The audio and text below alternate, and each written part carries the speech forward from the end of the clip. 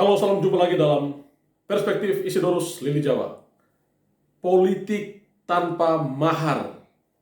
Saudara-saudara, mungkin ya kita sudah sering mendengar ya pernyataan ungkapan politik tanpa mahar. Menjelang pemilihan kepala daerah pada bulan November 2024 ini, ya terminologi ini muncul lagi. Bahkan sudah ada partai politik ya yang mendeklar kepada publik bahwa ya dalam proses menuju pilkada ini partai tersebut tidak akan meminta mahar dari para calon kepala daerah. Pertanyaannya adalah, mungkinkah politik itu tanpa mahar? Atau apakah bisa politik tanpa mahar? Nah, mari kita ya pahami dulu apa itu mahar politik. Mahar ya dalam keseharian itu dipahami sebagai ya pemberian barang atau uang atau jasa dari pihak pengantin laki-laki kepada pihak pengantin perempuan. Mahar ini yang biasa disebut juga belis. Ini dalam konteks hubungan kawin mawin biasanya ya dari pengantin laki-laki memberikan mahar kepada pihak pengantin perempuan. Dalam konteks politik, mahar itu dipahami sebagai sejumlah uang atau barang yang diberikan oleh calon kepala daerah kepada partai politik.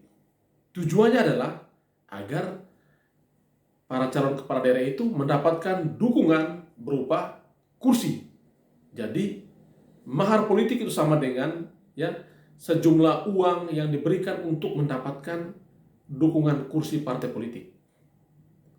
Mengapa kursi itu penting? Karena dalam proses pencalonan kepala daerah ya kalau orang tidak menggunakan jalur independen maka harus lewat jalur partai politik.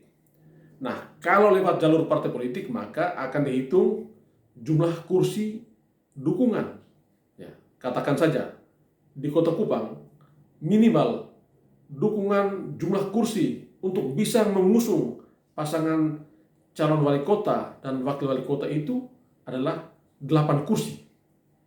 Nah, karena itu para calon ya yang bisa mengumpulkan 8 kursi bisa mendaftarkan diri di KPU. Itu persyaratan minimal 8 kursi.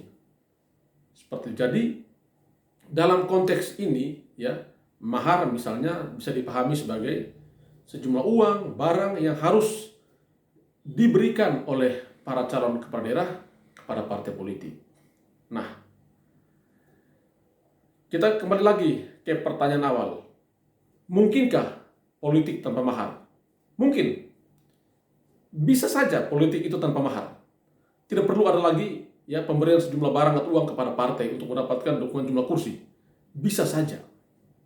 Ya, tetapi politik itu butuh uang. Uang itu untuk apa? Nah, ketika mahar politik itu tidak ada, politik tetap membutuhkan uang. Karena itu, menurut sebagian kalangan, politik itu tanpa mahar tetapi tetap mahal. Mengapa? Karena politik tetap butuh uang.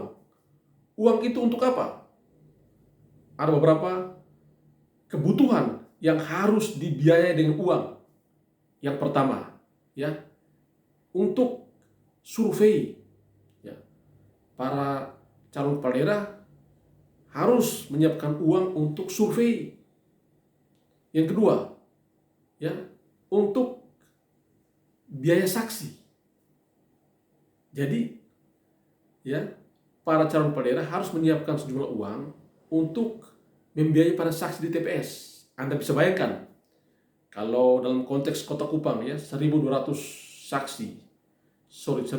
TPS dikali 2 orang per TPS, maka berapa duit yang mesti disiapkan?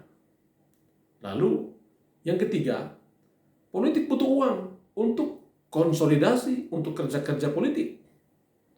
Karena ibarat pelumas, tanpa duit ya mesin partai bisa bekerja tidak maksimal, atau ya berbagai kerja-kerja politik menjadi kurang maksimal.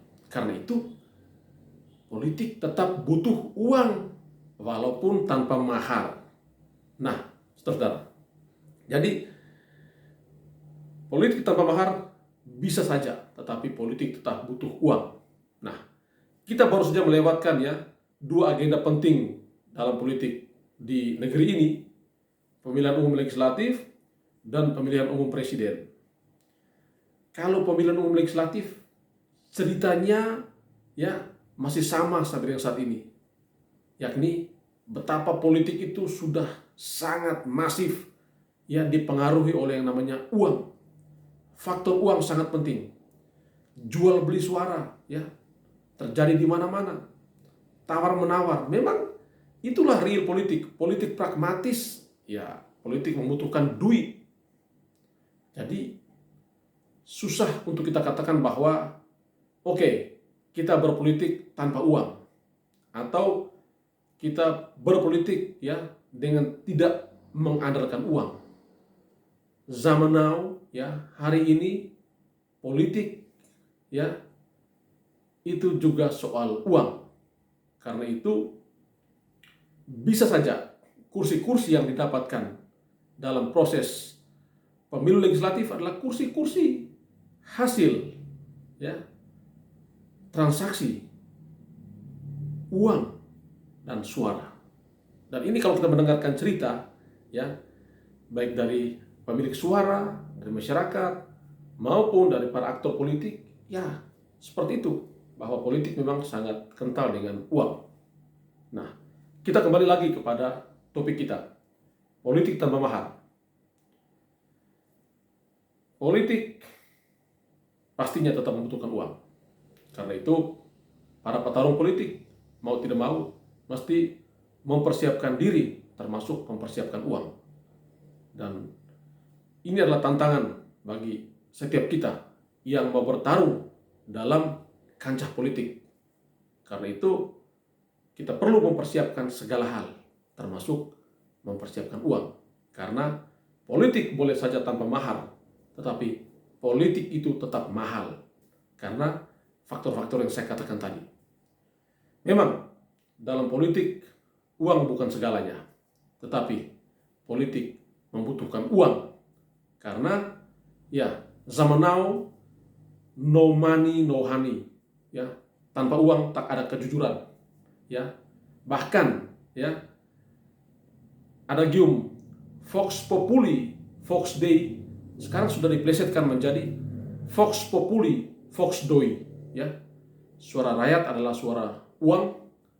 Suara uang itu ya bisa mendapatkan suara rakyat.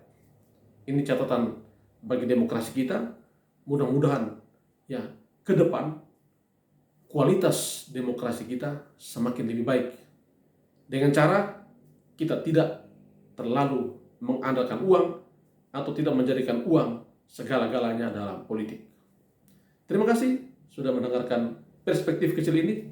Ya, tetap sehat. Mari kita hadapi agenda-agenda politik ke depan dengan gembira, politik yang gembira, dan tentunya semoga Tuhan memberkati kita.